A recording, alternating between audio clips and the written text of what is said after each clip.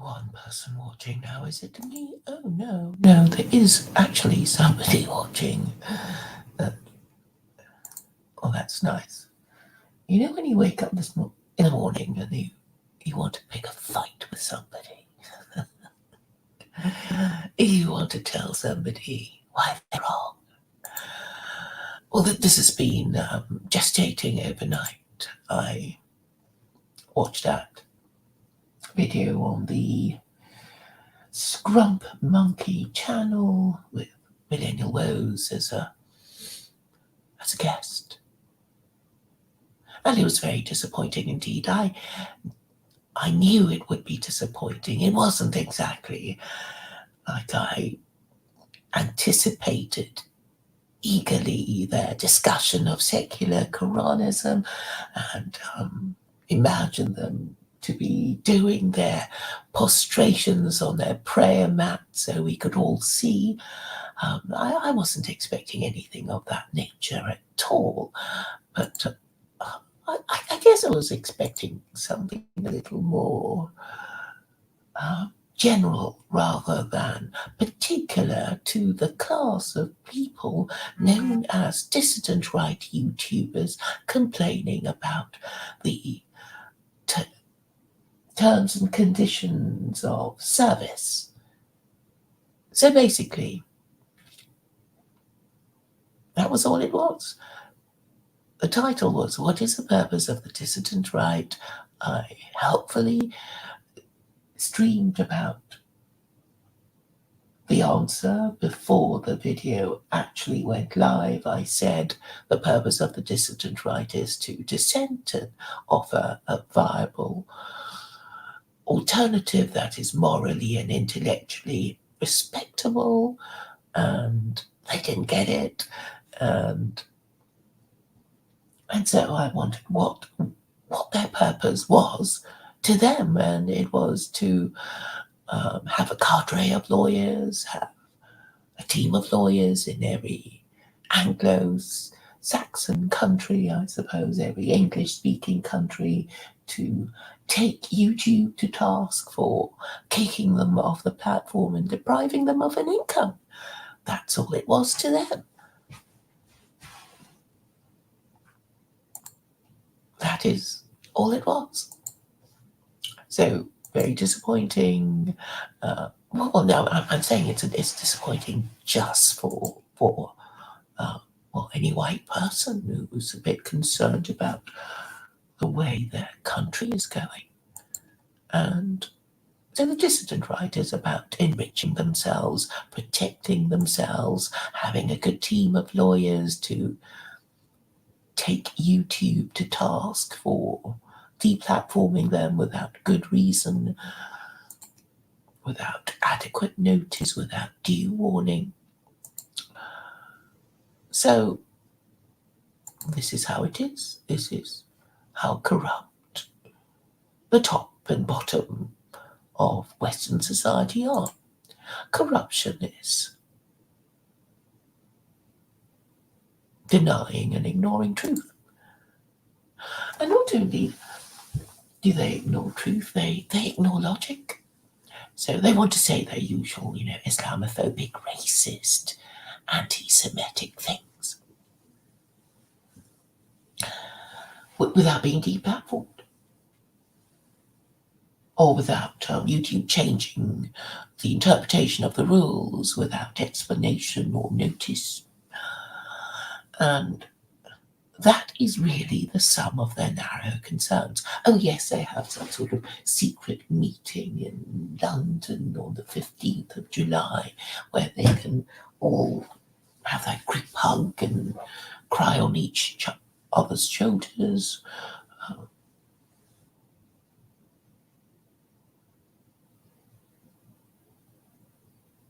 Probably being run by the traditional Britain group somewhere in some pub, as it usually is, I imagine it would be in some function room in some pub somewhere, as was the case with BNP meetings when they used to meet. So these lost boys of Neverland do not understand the nature and purpose of their descent. It is not just about whinging, it is about proposing a solution, but they have no solution other than more whinging and whinging about being deplatformed from YouTube, and that's it. And oh yes, and not discussing subjects like that they don't want to discuss, like secular Quranism, like actual solutions, like religion, like, well, anything that is or could be a viable solution that is intellectually and morally respectable. They can't do it. And from that, I just deduce the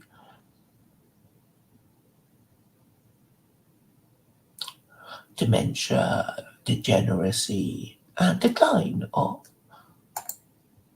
the West, and the timorous, effeminate, infantilized nature of Western man.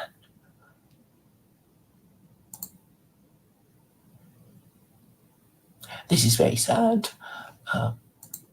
Um,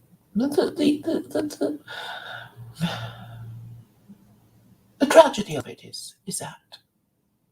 No, is it right to call it tragedy? Because when we talk about tragedy in dramatic terms, we talk about, well, theatre, we talk about Greek tragedies and Shakespearean tragedies, and they're always about, powerful people, rich people who, because of a defect in their character, they suffer loss, or loss of position, loss of life, loss of a loved one that they kill or indirectly cause to be killed because of their character defects. So, can Western man be considered to be high status? I suppose yes, in the sense that they used to rule the world and they still kind of hanging on by their fingernails, but they're suffering from dementia. They have no understanding of their own history, their own religion. They won't be told about anything because they reject truth, logic, and morality. So, well, and they are low status, really. In one way, they are low status men, unmarriageable, but then they are in a society where has been a practice of marriage has been salami sliced away. So,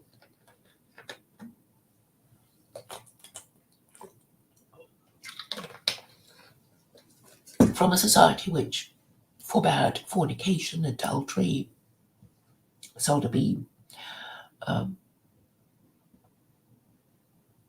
other kinds of extramarital sex. Now they practice it with the encouragement of the government because the government wants them to, well, not organize a revolution. Not that they're capable of it, but they just want to, well, have more sex to take their mind off things. Extramarital sex is the opiate of the people, as Marx once said that religion is the opiate of the people. Well,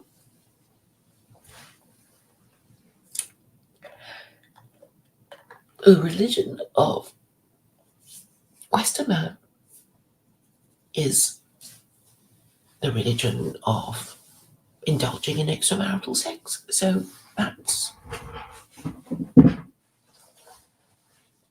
that is actually their religion.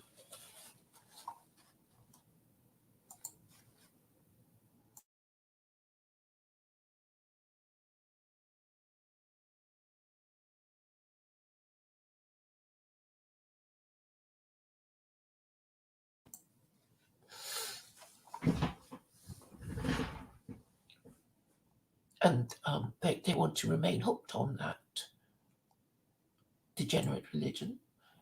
they don't really want to solve the problem because they know that they actually don't want to get married. So Millennial Woes said he was tired, he wasn't really in a position to tell anybody anything, tell anyone what to do because he's been so battered by all the false accusations and the demoralizing nature of politics. So, and this is someone without, who isn't actually a politician but just a YouTuber. Yes, it can be demoralizing and tiring, can't it? But then, if you don't believe in anything, everything is demoralizing and tiring because, well, if you just want to have fun, if you don't have principles, you don't have a destination, you don't have a roadmap, then you're in the realm of wishlist politics, and wishlist politics is, well, it's never going to get you anywhere because everybody has a wish list, but not everybody has a roadmap. And alt-right politics is about deliberately not understanding the difference between these two kinds of politics. Oh, and before I go, I wanted to talk about the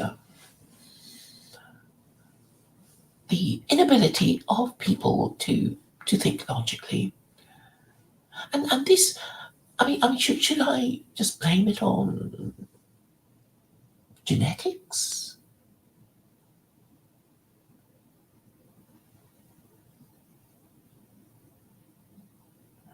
And the environment? I don't know. I mean, okay, this is something that Rabbi Mizrahi was complaining about, and he was complaining actually about Israeli politicians, the ones in high places, the Israeli defense minister and the Israeli finance minister. And he was saying, they're actually stupid. A 6-year-old child at yeshiva would know more logic than these politicians do. And so I asked myself, what is it? What is it? Okay, if one were to conclude that liberalism makes everybody stupid, including Gentiles and Jews, so Jews are not unaffected by the stupidity of liberalism. So we are to think that liberalism makes everybody stupid. What about liberalism makes people stupid, including Jews? Because the standpoint of the anti-Semitic Gentile is that, Jews are unaffected.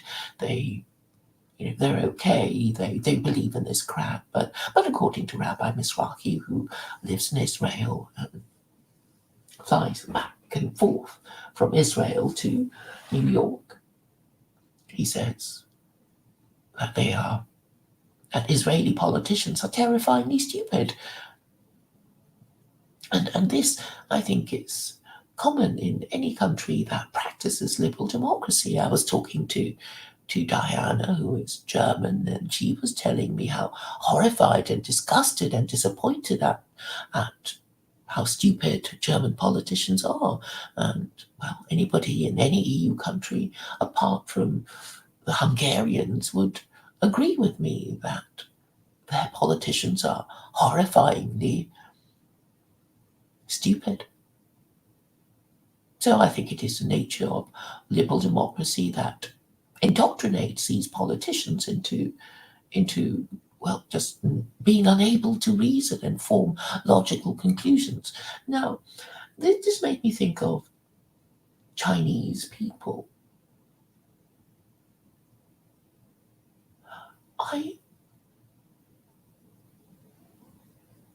mean, why are Chinese people able to use their reason? And it's interesting, isn't it? Okay, I don't know.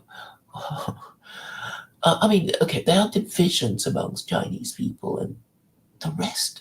Okay, other overseas Chinese people look upon the Hong Kongese as, well, a species apart, that they think differently, they think they're Oriental English gentlemen and that they are special and better than everyone else. And, well, that was what my father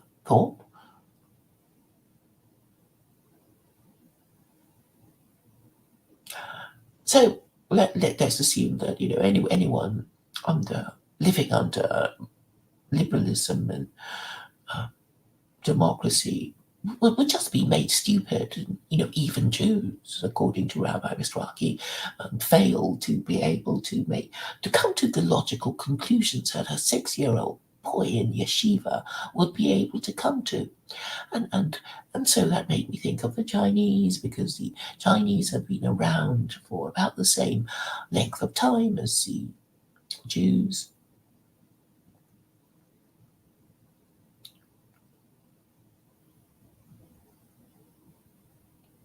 But the Chinese are relatively unindoctrinated, I think.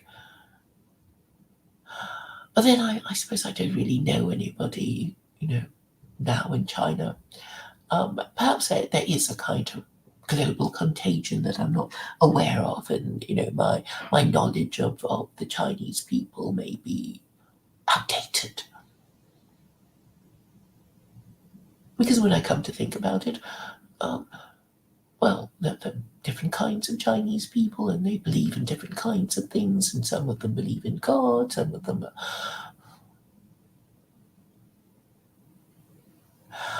I guess what I was trying to say about the Chinese is that if no one interferes with the furniture of their mind by attempting to indoctrinate them with anything like, the weak interpretation of history or anything like that, left to their own devices, they would probably be able to form logical conclusions based on undisputed fact and, act logically, if not always morally. But I believe that this is an ability that is being lost in all tribes and nations all across the world because of this global contagion of liberal indoctrination. And the thing about the stupidity of liberalism is that it requires us to believe in a lie, that greater liberty is a good in itself. And I've been trying to have a philosophical discussion with anybody who will have it with me, but I just haven't got that far. I mean, look at just 3 people watching now, and my premise is that feminism is wrong because it's based under a fundamental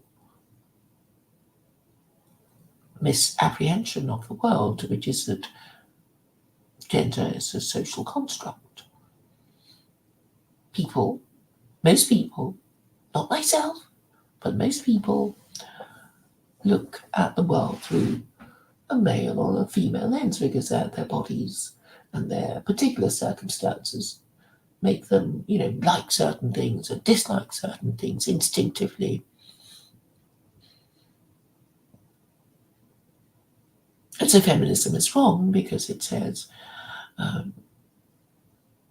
people should think about things in the same way and behave in the same way because everything else is just social conditioning. And I remember a conversation I had with a mother who had a boy and a girl, or who had boys and who had girls, and said they were markedly different. The son she had behaved in a different way to the girls that she had. So this means that we have a certain predisposition to behave in a certain way and to have certain preferences if we are, male or female.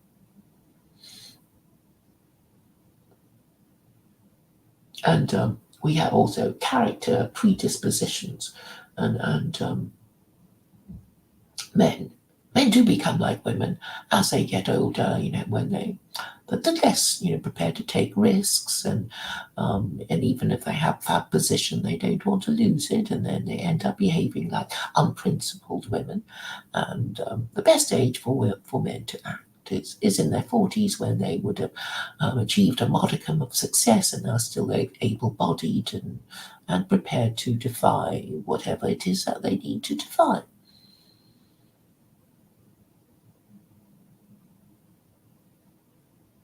So, on the question of the Chinese being able to think more logically than the liberals say, what causes this?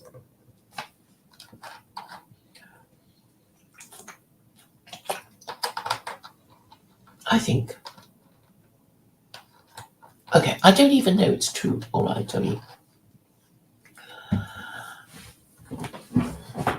because I don't know that many Chinese people, to be honest. And the ones I do, talking, well they behave quite differently to each other. And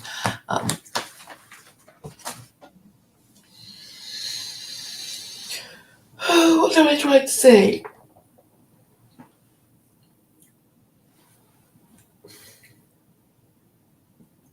I think I'm trying to say that on the whole, the Chinese government tends not to indoctrinate.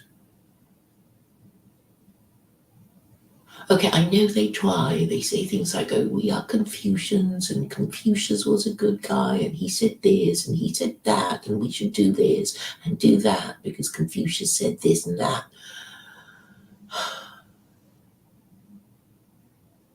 I think what I'm trying to say is that what the Chinese are obliged to believe is not as stupid as what liberals are required to believe. I think that's all I've been trying to get to. And so they don't make such terrible mistakes, even though I'm sure some of them do make mistakes, even in high places.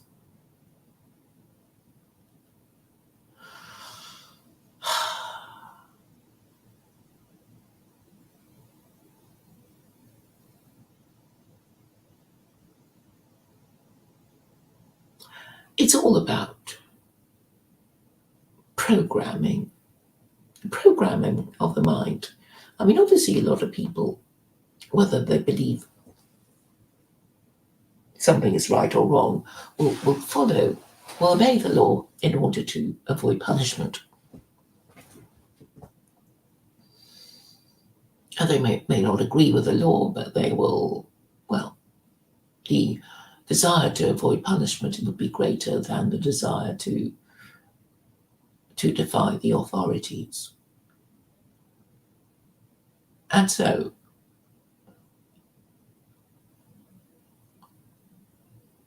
people on the whole will obey the law unless they think they can get away with it. And if there's any problem in enforcing certain laws, then things will be okay until people realize that certain laws are not being enforced or are being enforced unevenly, and nobody corrects the situation of the law being enforced unevenly.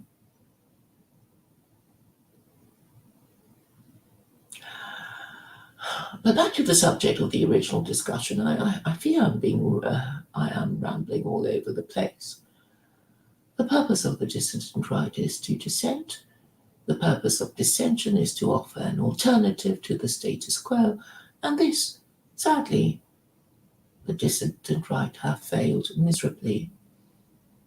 There was no ideological discussion of anything of nature other than the practical ones, or one of saying, well, we would like a lawyer in every country to help us sue YouTube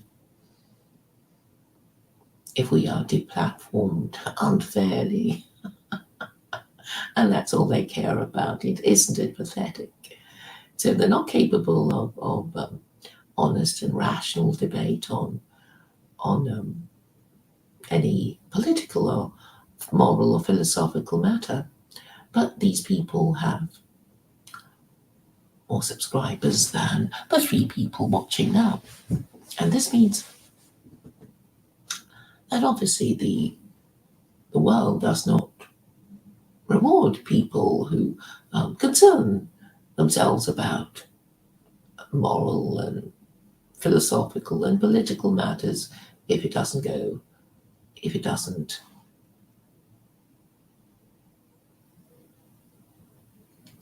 have mainstream approval. But what does this mean in the bigger picture?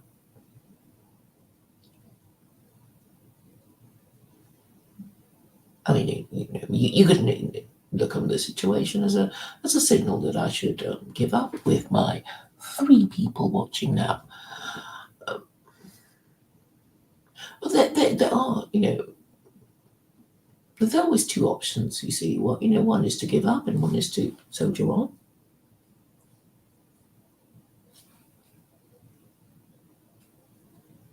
I soldier on because I know I'm right.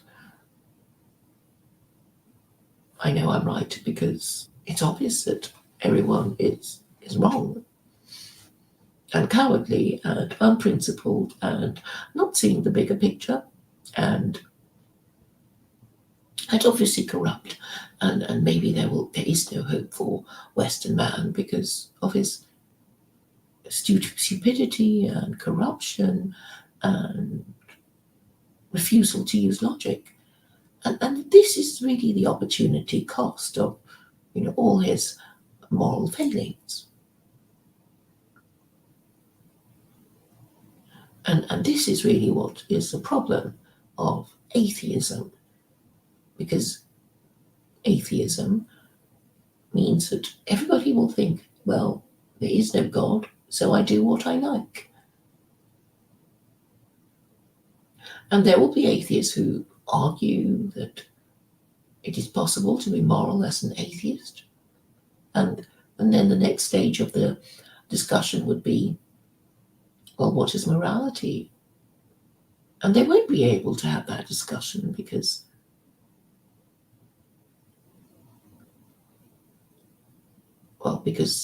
their minds are not geared to it.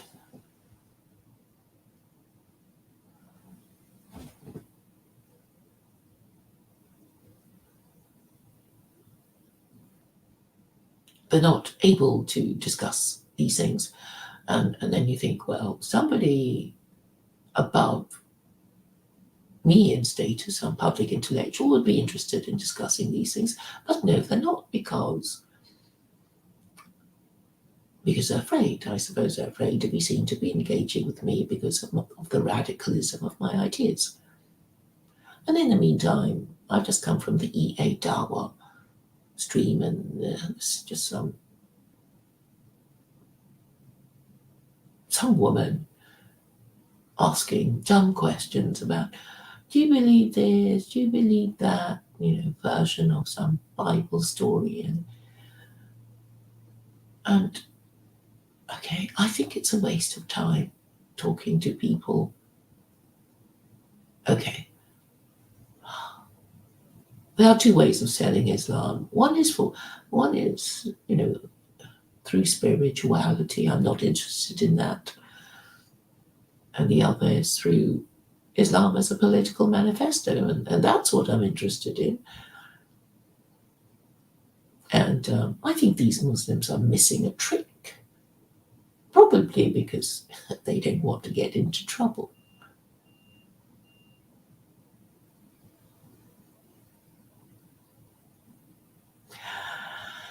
And I suppose what the next question you're going to ask is, what would I like discussed?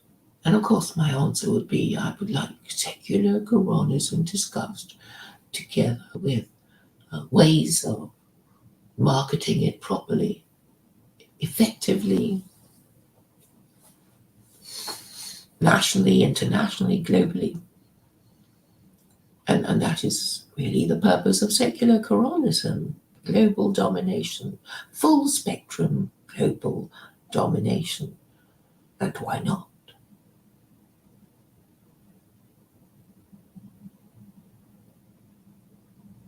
So I guess I am saying that I'm doing a better job than the dissident right, than those pathetic anti-Semitic Islamophobic losers who don't get it, They don't get their own history.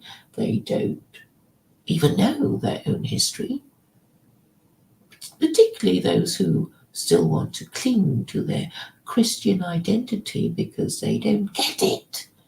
And the reason everything is turning to shit is because Christianity is kaput, which they refuse to face because they are in denial. And they are in denial because they don't want to do what they need to do, which means they are cowards, they are corrupt, they are not up to the job.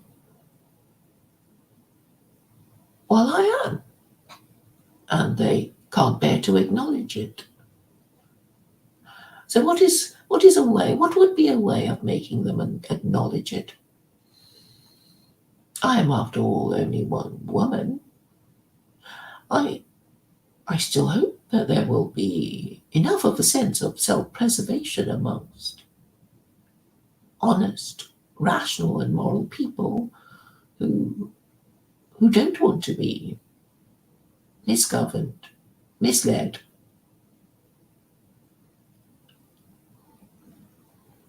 and pushed over the cliff by their corrupt and incompetent politicians, people who are not nihilists, who are not atheists, who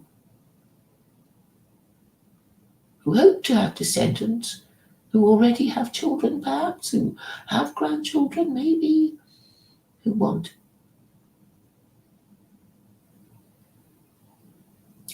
not to be condemned by future generations for their stupidity, their corruption, their cowardice, who don't want to be regarded by posterity as a bunch of Aztecs, really, who just didn't get it about